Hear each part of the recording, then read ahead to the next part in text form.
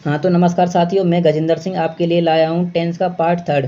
पिछली क्लास में हमने पास्ट टेंस पढ़ा था। आशा करता हूँ आपको अच्छे से समझ में भी आ गया होगा। इस वीडियो को देखने के बाद आपके सारे कॉन्सेप्ट क्लियर हो जाएंगे और जो इस वीडियो की जो पीडीएफ है वो टेलीग्राम चैनल पर आपको मिल जाएगी। उसकी लिंक मैं डिस्क्रिप्शन में डाल दूँगा। तो आइए शुरुआत करते हैं आज का महत्वपूर्ण सेशन। Let's start.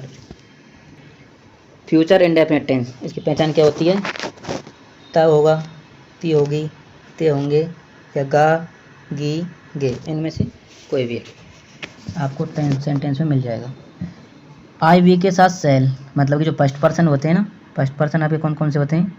आई हो गया आपका और बी हो गया, इसके साथ तो सेल का प्रयोग होगा।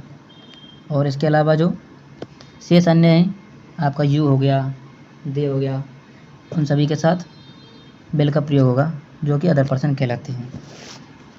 रूल नंबर फर्स्ट क्या कह रहा है देखिए, भविष्य का समय हो, मतलब जो फ्यूचर टाइम आपको दे रखा हो, जैसे आपको टुमारो आ गया, नेक्स्ट डे आ गया, नेक्स्ट वीक आ गया, नेक्स्ट मंथ आ गया, नेक्स्ट ईयर आ गया, मतलब इनमें से कोई भी सूचक शब्द आपको सेंटेंस में दिखाई दे तो आप समझ जाना वो फ्यूचर इंडेफिनिट को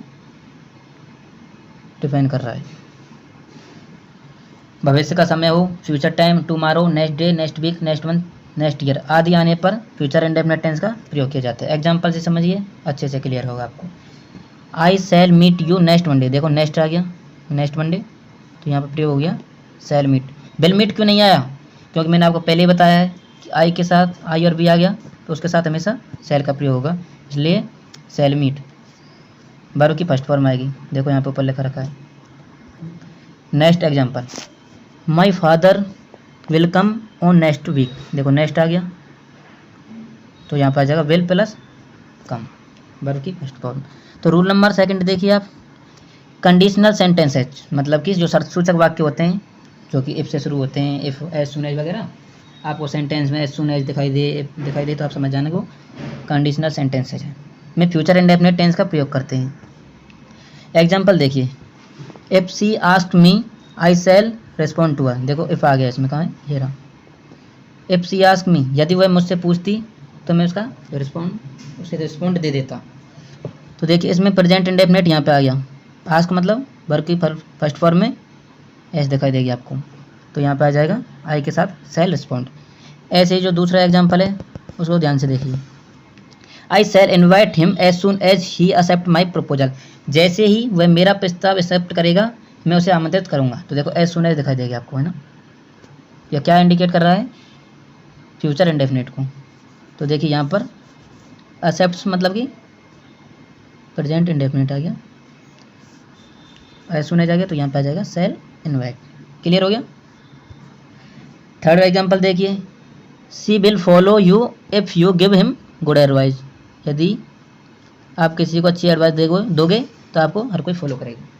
तो देखिए इसमें क्या है, इफ़ आ गया, इधर आ गया क्या, वर्ब की फर्स्ट फॉर्म, इफ दे दिया तो यहाँ पे हो जाएगा will follow, future indefinite tense. Next tense है हमारा फ्यूचर कंटिन्यूअस टेंस। इसकी पहचान होती है वो क्या होती है देखिए, रहा होगा, रही होगी, रहे होंगे, और जो हेल्पिंग वर्ब होती है जिसे हम एच भी बोलते हैं वो होती है विल बी, शैल बी, और वर्ब में आई एन जी भी आपको दिखाई देगी। विल बी, शैल बी और वर्ब की फर्स्ट फॉर्म में I N G. Rule number first देखिए, एट दिस टाइम या एट दिस मोमेंट, उसके साथ में, जैसे आपको टुमारो दिख गया, नेक्स्ट डे दिख गया, नेक्स्ट वीक दिख गया, नेक्स्ट मंथ या नेक्स्ट ईयर, इनमें से कोई सेंटेंस में आपको दिखाई दे तो आपको क्या करना है, सीधा ही समझ जाना है कि वो कौन से टेंस का है। एग्जाम्पल वो हो गया आपका फ्यूचर कंटिन्यूअस। आइए एग्जाम्पल समझते हैं। He will be taking exercise eight this time tomorrow, देखो ये आ गया एट दिस टाइम टुमारो, तो टेक का हो जाएगा विल बी टेकिंग। ऐसे ही सेकंड देखिए, I shall be reading at this time next week, देखो एट दिस टाइम आ गया और ये आ गया नेक्स्ट वीक, तो आपका आ जाएगा शैल बी रीडिंग। अब रूल नंबर सेकंड देखिए, ये मैटर ऑफ रिटन और रिटन आदि को दर्शाने के लिए फ्यूचर इंडेफिनिट टेंस का प्रयोग किया जाता है। फ्यूचर इंडेफिनिट टेंस का प्रयोग किया जाता है। फिर नोट, ये नोट बहुत ही इंपॉर्टेंट है आपके लिए। गोइंग टू का प्रयोग इरादा इंटेंशन वाले वाक्य में होता है। वस्तुतः फ्यूचर टाइम होने वाले वाक्य में प्रेजेंट इंडेफिनेट और पास्ट कंटिन्यूस में लिखा जाता है, लेकिन अगर प्योर फ्यूचर आपको सेंटेंस में दिखे तो फ्यूचर इंडेफिनेट का प्रयोग किया जाएगा। जैसे कि एग्जाम्पल समझिए, I shall meet you in the garden tonight, तो इसमें प्योर फ्यूचर आ गया, तो शैल मीट आ गया। He will be meeting his doctor tonight, मतलब रिटेन को बता रहा है, तो इसमें will be meeting future tense प्रयोग होगा। और ऐसे ही is going to meet his doctor, तो ये किसका है, इंटेंशन है, इरादा है, तो यहाँ पर आ जाएगा present continuous. Future perfect tense, जो इसकी हेल्पिंग वर्ब होती है, क्या होती है इसकी हेल्पिंग वर्ब, जानता है कोई? वो होती है विल हैव, या तो will have, shall have plus be third, ये इंपॉर्टेंट है। वर्ब की क्या आएगी, थर्ड फॉर्म आएगी। रूल नंबर फर्स्ट देखिए, rule number first, by plus time, by the end of time, by the end of month, by now आ गया, by tomorrow. इनमें से कोई भी एडवर्ब ऑफ टाइम, इनमें से कोई सूचक शब्द आपको, कोई भी सूचक दिखे तो आपको सीधा समझ जाना है वो किसका है, फ्यूचर परफेक्ट टेंस का उदाहरण। आइए एग्जांपल समझते हैं। He will have completed his work by tomorrow, देखो बाय टुमारो आ गया तो विल हैव कंप्लीटेड हो जाएगा। ऐसे she will have reached Delhi by now, तो बाय नाउ हो गया तो इसमें आ जाएगा आई वी के साथ सेल और सभी के साथ बिन, तो इसमें आ जाएगा विल हैव रीच्ड। समझ में आया आपके?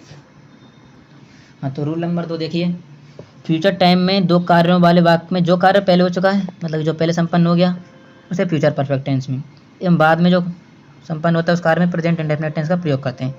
इसे आप एग्जांपल समझिए। दी show will have started by the time he reaches, मतलब देखो यहाँ पे प्रेजेंट इंडेफिनिट आ गया, ईएस लग गया यहाँ पे, तो यहाँ पे आ जाएगा फ्यूचर परफेक्ट। ऐसे ही second example, the gates will have left by the time your friend come, तो इसमें क्या आएगा, तो कम आ गया, इसमें ये हो गया प्रेजेंट इंडेफिनिट, तो ये हो जाएगा विल हैव लेफ्ट, मतलब कि future perfect tense.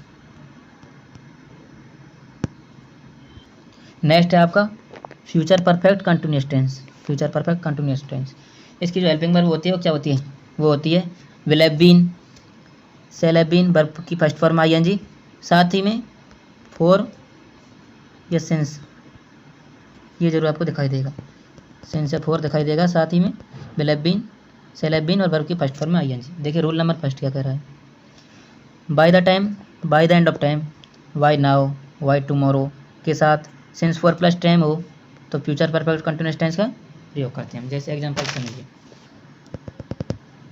Example number first, he will have been living in America for 5 years by the end of 2015, देखो इसमें आ गया फॉर सेंस आ गया बाय द एंड ऑफ 2015, समय भी दे दिया, तो इसमें आ जाएगा will have been living. Shall have been क्यों नहीं आया, क्योंकि मैंने बताया था पहले आई और बी के साथ शैल और बाकी के साथ आएगा विल, इसलिए आ जाएगा will have been living. Second, they will have been completing his work for two days by tomorrow, देखो बाय टुमारो आ गया, फोर आ गया, समय भी दिखा दिया, तो इसमें आ जाएगा will have been completing. Verb की फर्स्ट फॉर्म आई है, देखो यहाँ पर भी हो रही है कंप्लीटिंग और इसमें भी लिविंग, दोनों हो रही है। देखिए ये आपके कुछ महत्वपूर्ण इंपॉर्टेंट नियम जिनसे सीधा प्रश्न उठता है। देखिए रूल नंबर फर्स्ट, आपका हेड बेटर हो गया, वुड रादर हो गया, या फिर लेट हो गया, आदि के साथ वर्ब की फर्स्ट फॉर्म आती है, आदि के साथ वर्ब की फर्स्ट फॉर्म आती है। जैसे कि example number first, you had better, देखो हेड बेटर आ गया तो उसके जस्ट बाद बॉस, वर्ब की फर्स्ट फॉर्म आ गई। ऐसे ही next example, let him go, let आ गया, देखिए गो आ गया, वर्ब की फर्स्ट फॉर्म।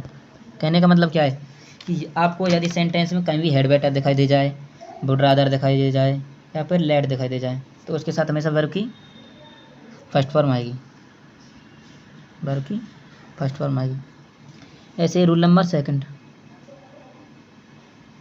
जब सिंपल प्रेजेंट का फ्यूचर के अर्थ में प्रयोग हो, जैसे in case, if, when, as soon as, तो इन सभी के बाद वर्ब की फर्स्ट फॉर्म आती है। जब सिंपल प्रेजेंट का फ्यूचर के अर्थ में प्रयोग हो तो in case, if, when, as soon as आदि के बाद वर्ब की फर्स्ट फॉर्म आएगी। जैसे कि एग्जांपल में, in case I forget please remind me to clear your bill. यहाँ पे बिल इच्छा वाला बिल आया है, ना कि हेल्पिंग वर्ब टाइप। तो ये हो गया फॉरगेट वर्ब की फर्स्ट फॉर्म। ऐसे ही next example, he will teach you as soon as. देखो एज सुन एज दिखाई दे गया, यहाँ पर इन केस आ गया था। You pay him the money, तो वर्ब की फर्स्ट फॉर्म आ जाएगी पे। बहुत ही इंपॉर्टेंट नियम है ये। आइए दोबारा से बताता हूँ मैं आपको इसे।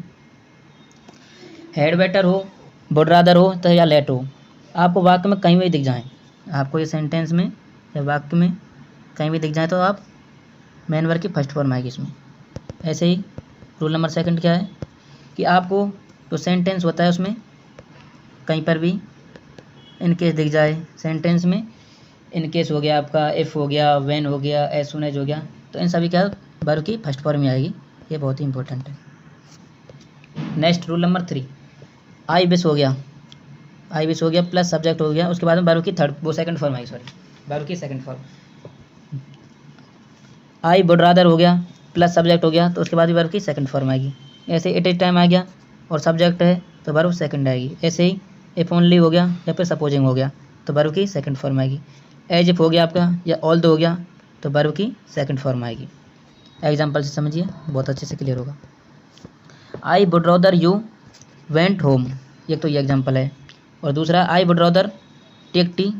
देखिए इसमें वर्ब की सेकंड फॉर्म क्यों हुई है और उसमें वर्ब की फर्स्ट फॉर्म क्यों है टेक वाले में, जबकि यहाँ पर टुक होना चाहिए था, लेकिन क्यों नहीं हुआ। अब ये क्या कह रहा है, हमारे नियम ने क्या हुआ अभी बताया आपको।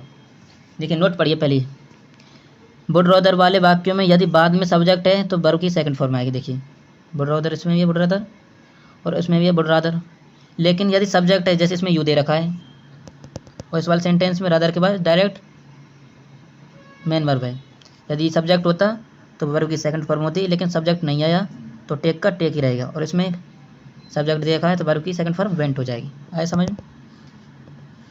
नोट, इमेजिनरी कॉन्सेप्ट मतलब जो काल्पनिक मत के लिए हमेशा प्लूरल वर्ब प्रयुक्त होती है। जो काल्पनिक मत होते हैं ना उसमें हमेशा प्लूरल वर्ब आती है, ना कि सिंगुलर। चेक करता है आपका एक वचन हो बहुवचन हो, हमेशा प्लूरल वर्ब आएगी। जैसे देखिए, he gives me order as a fever my boss, वह मुझको ऐसे ऑर्डर देते हैं जैसे कि मेरा बॉस हो। जैसे इसमें आ गया एज एफ आ गया तो इसमें वर्ब की फर्स्ट फॉर्म हो बी का हो जाएगा यहाँ पे वर्ब। अगर ही की जगह से सी भी होता, जैसे एज एफ के बाद ही आ गया तो ही के बाद बाज नहीं आएगा क्योंकि प्लूरल वर्ब आएगी, इसलिए यहाँ पे वर्ब हो गया है। ही होता, दे के साथ भी वर्ब होता, ही होता तो उसके साथ भी वर्ब होता, लेकिन बाज नहीं आएगा। मैंने बताया ना कि प्लूरल फॉर्म आती है काल्पनिक मत के लिए। Thanks for watching. यदि आपको मेरी वीडियो पसंद आई हो तो वीडियो को देखो लाइक करें, पहले शेयर करें, कमेंट करें और चैनल को सब्सक्राइब करना ना भूलें।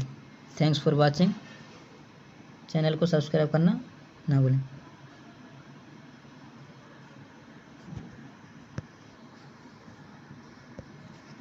Thank you.